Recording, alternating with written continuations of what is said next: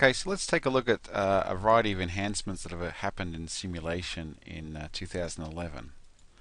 First one we're going to look at is some improvements in assistance when we have meshing problems. And I'm going to force this one to actually fail. Obviously there's lots of components of different size in here, so trying to do a compatible mesh with the standard mesher is going to cause some grief. So you see we've got a failed component. Now when you get a failed component, before it was up to you to manually go through and try and use tools to identify where the problems were. Now that we have a automated system using the simulation advisor to help diagnose the problem and reach a solution. So we can leave it as is and go back and try to do things manually, or we use the mesh failure diagnostics. So the mesh failure diagnostics will actually highlight potential areas on the model. So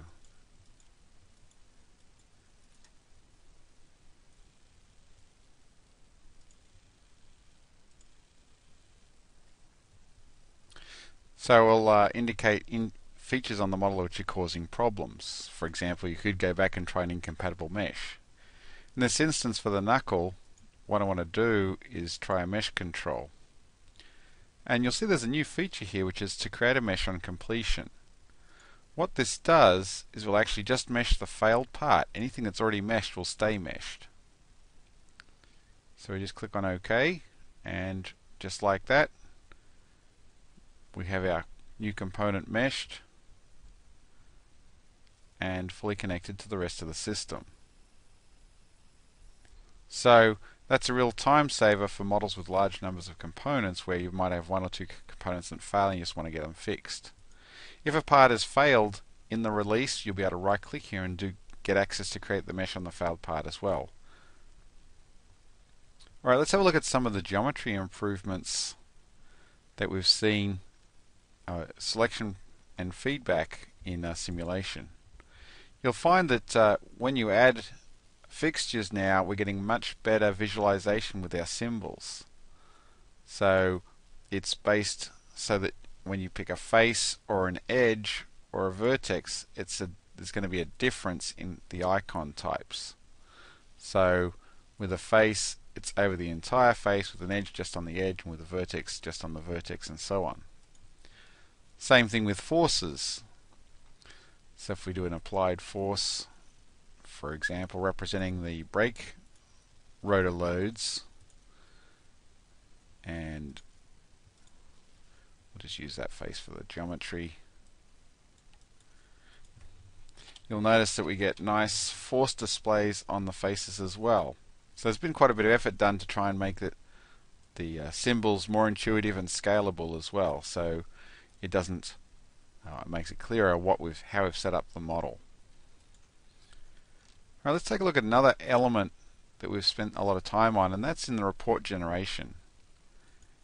In 2010 earlier, we had a very nice report generation tool, but it didn't have all the detail that some people were after. So we've added a lot of more options for the detail it can control, as well as the custom things we can do.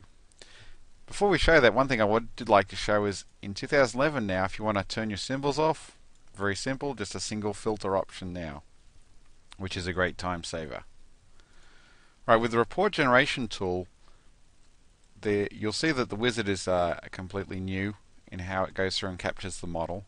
We also have the ability to add our own custom images, which we could do before, but now we've got a lot more flexibility. There's an issue in beta where it's not showing the preview icon here, but you can actually categorize where you want to store that image in the results of the report. So it's very flexible to include customization, which is important because with any automated system it's hard to capture everything you're after. If you have a look at the definition of the report, you'll see there's a few new areas in here. For example, with connectors for like bolts, there's a lot more detailed information.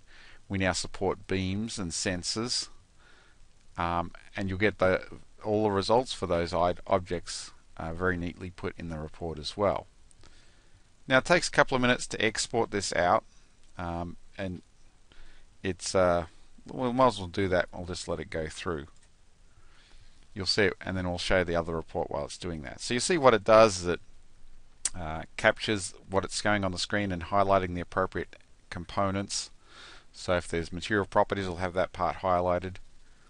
New in Beta 1 is a zoom fit feature, so that for selected items like contacts and connectors, it will zoom to fit the screen, so it tries to capture it as best it can.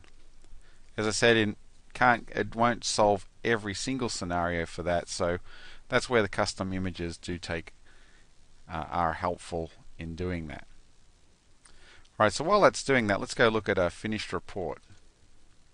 So here's the new layout of the report. So you've got a table of contents with hyperlinks to different sections. Nice study. You can add your own logos, company name, etc. as you could before. Nice overview graphics, and then it'll highlight the different components, tell you what the properties of those components are, the location and dates of the components. So it's trying to capture everything that you need to duplicate the work that you've done in this report. Solver settings, units, etc. There's the material properties for the different components. And here's where it gets a lot more useful information. So for our different fixtures, it'll highlight the features utilized for those fixtures. There's our load. Again, they try to put a little bit of color into the table, so identify fixtures versus loads and so on. Here's an additional item I put in there, which is highlighting the restraints and the load on the system. For connectors, you'll see it's zooming in to highlight the connector location, and if I had the symbols on it, would show those. And then it also summarizes results there, so you can see what our desired factor of safety is versus the actual factor of safety for that particular pin connector. So that's a really nice improvement in having the results in association with the actual entities, so it's always easy to match up what's going on there. Now I don't have any beams in this model. Another thing you can do is display all the annotations, in this case where all the connectors are and what their material is. Oh, this one finally finished. Go back to the other one. As well as the contacts and so on. So it is quite a detailed report to capture all that information. The mesh and then the results. So you can see it. We see a symbol and we get a summary of the min and maxes, which is also very useful. And at the very end, we should have a summary of a zoomed in picture that I did. So, as I said, there's been a lot of work done to try and increase the fidelity we provide in reports for our users, yet still make it flexible enough that you can tailor it to your needs. One area of improvement in 2011 for simulation is in performance, and that's going to impact everyone. So let's take a look at some of those capabilities. On the nonlinear side, preliminary testing is showing at about a 20% reduction in the solve time for nonlinear runs, which, if you have a very complex model, that can be a significant time reduction. Part of that is attributable to some more efficient ways of setting up the model, so the number of equations to account for the nonlinearity is reduced. But the biggest area that people are going to really benefit from is with meshing. Everyone has a quad core, dual core, or 8 CPUs, so they're going to benefit from the improvements we get with multi-threading in 2011. So you can see that we get basically a 60% reduction in the mesh time. This is averaged over 8 to 10 models that were done in testing. So that's a great benefit for those people that have got multiple CPUs now. So it's more tailored, just so to be aware, for models that have multiple components, so you can mesh those in parallel.